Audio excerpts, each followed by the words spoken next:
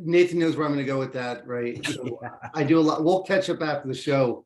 Okay. I do a lot of that kind of automation that's in blink of an eye kind of thing. And a lot of the tax stuff I pull from my own due diligence tools where I can pull 5 different valuations of property, annual Yep. tax amounts and bedroom, bathrooms, see if it's listed for sale, see less. I have all that stuff there. And I also do a lot of spreadsheet automation. So we could definitely talk after the show on some Okay. tricks and stuff like that. Yeah, and I'll tell you a big thing for me, Dave, is especially with the automation. A big I usually I look at the yield to maturity and then the IRR on that just to make sure, because I do a percentage of the UPB in order to get my yield to maturity and my IRR, right, to make sure that I'm within line, because I'm telling you, there's a lot of times where I'll forget to do that. And then I'm like last minute, I'm like, oh, dang, I got to go back in. And then I also have to add in like the due diligence and then, like backing out servicing cost and all this other stuff where, my initial offer, thank God I didn't submit it. And I'm like last minute, it's like, I'm thinking I totally forgot to do this, this, and this, and I got to go back in and then reassess it. So when you do have those automated tools, they 100% make a big difference.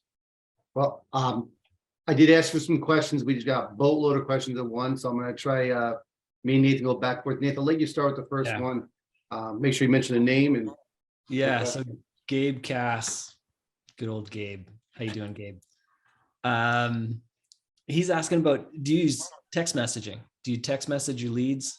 I don't. No. Not, that's something that I was looking at doing that with my private lenders. That my investor that's going to fund the money, but I don't know. It's one of those things where I just think it's kind of like less personal. For me, I want to have more of that personal connection with somebody. So I just go and my private lender list. I mean, I think it's only about 50 something people or something like that. But out of that, I mean, I have about $5.5 million, right? And so I'll just start calling people and just having a conversation. But no, I don't text message leads or anything like that. Cool. I use texting a lot, especially with realtors. I do a lot of texting with realtors. It's just fast and easy. Oftentimes it's like, hey, did you check on the property? Something. Really, I don't need to make a phone call on that. And a lot of realtors are so busy they don't even want to bother. Like, give me a quick thing. So we have interesting. I'm going to stick with Gabe's questions now. Just going to bump them together and we'll go back up. We have a more. So Gabe also asked, what states are you marketing for? Are there certain states you're trying to target right now?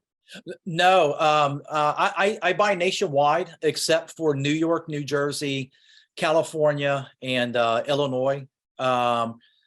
It's oftentimes though when I do get a tape, my top 5 is Ohio, Indiana, Michigan, Ohio, Indiana, Michigan, South Carolina, North Carolina, Texas, and Florida, right? Or top 7. So Georgia. I typically, when I do buy in Georgia, I usually buy in my self-directed IRA. So if I'll sift and sort the tape from those, and if there's not a lot to choose from there, from those, like 7 or 8, then I'll branch outward. But I'm not specifically targeting, specific note investors that I know has a lot of notes in like South Carolina. A lot of my marketing is geared towards a lot of the banks and the hedge funds. So I have, personal relationships with these guys, and also servicing companies where they'll send me the tapes, and then, I'll go in and I'll sift and sort what I want, and then I'll make offers on them. Yeah. Sure. Yeah. So I think we'll get tomorrow's question in a few minutes. I think what you said there real quick about the Georgia thing, for those who may not know, there's a licensing requirement in Georgia. And if you do buy it, I know Gabe will contest it, right? But if you do buy in Georgia and you're not licensed and you're buying in a company name, it's a felony. So just for those who are knowledgeable, the IRA kind of surpassed it because you're buying in a private personal name. But check the local laws for that stuff. Same thing with Illinois and stuff like that. They have debt license requirements that it can be expensive if you're not buying enough. So I'll let you hit up Mara's questions, Nathan. Yeah. So I'll go with the first one first, and then I got a follow up to it. So do you think the market is shrinking or growing? What are you seeing out there? Me personally, I believe it's growing. Yeah. You know, and it's especially with a lot of the COVID moratorium being lifted, and you know, and then with the economy and the recession. I don't care what people say. We're 100% in a recession, and so it is 100%. My opinion, this is just the beginning of it. Yeah. You know, and there are going to be way more people in default, and that's. With me buying these notes, my number one goal is to not foreclose on them, is to get them reperforming, because, you know, foreclosure is the very last thing that I want to do. And if I can help somebody, I will 100% help somebody get back on their feet and start making these payments and stay in that house. Yeah, absolutely. So his second question is, what's the change from 2006 to now? 2006, you were doing properties, right? So when was your first note? Oh, what was it? About a couple of years ago. Yeah. Oh, yeah. Okay. Yeah. So when did you start studying and started looking at stuff? Oh God, I think I started studying probably about 5 years ago. That, you know, I started, you know, like buying a bunch of books and courses and things like that, and just kind of getting my feet wet.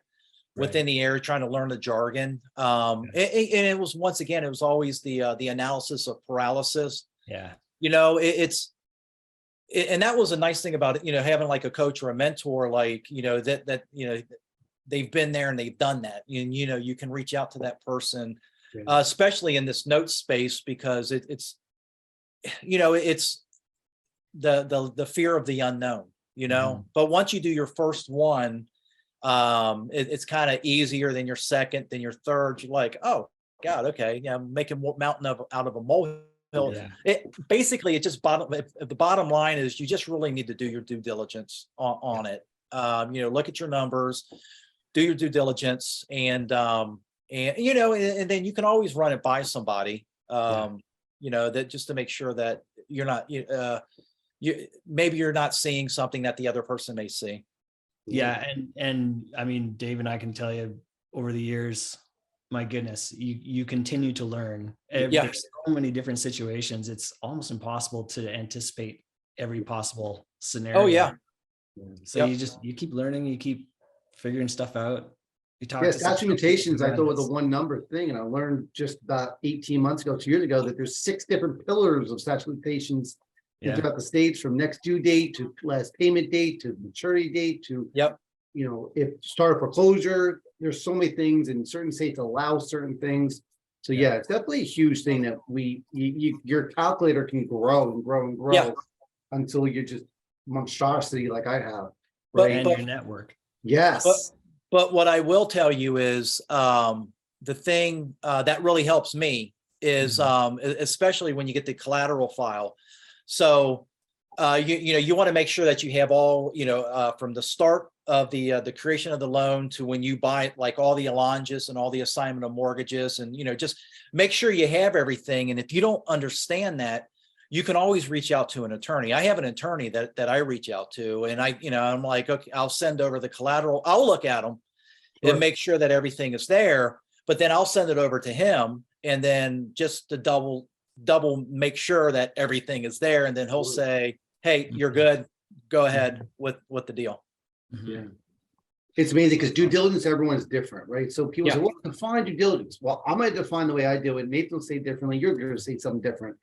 We have some pretty much the same thing. We're pulling our O&Es, we're pulling our value of properties, we're reviewing collateral are the big 3, right? But we also get into servicing notes, and we also get into pay history and consistency. And as Nathan says, the data tape also has some points in there, like the date of the data. That's another key point. So it's interesting because, you know, I got into notes in 2010. I bought my first one like late 2011, And what shifted from then to there now is what Nathan said earlier is the collateral's changed. The asset used to be all underwater. We used to bid based on percentage of UPB because everything was underwater, and the fact that we're buying it so cheap that it didn't matter if our calculations were wrong. You know, when you're Right. buying 30 cents, now you're buying at 60, 65, 70. It was a completely different market back then. Yeah. As it shifted along, all we bought was not performing back then. And you'll find now we're buying more performing than ever before because the pricing has changed and our market has changed because our desired return for non-performing is much higher because of the risk levels. Yeah. So, Part of it too is I think we're just getting older, Dave, and it's Let's work. honestly, the performers are easier to manage. And Yes. that's BKs and all stuff, you know, the hassle of the BK tracing down the trustees, Mhm. and looking at thousands and thousands of assets, your brain kind of goes, oh,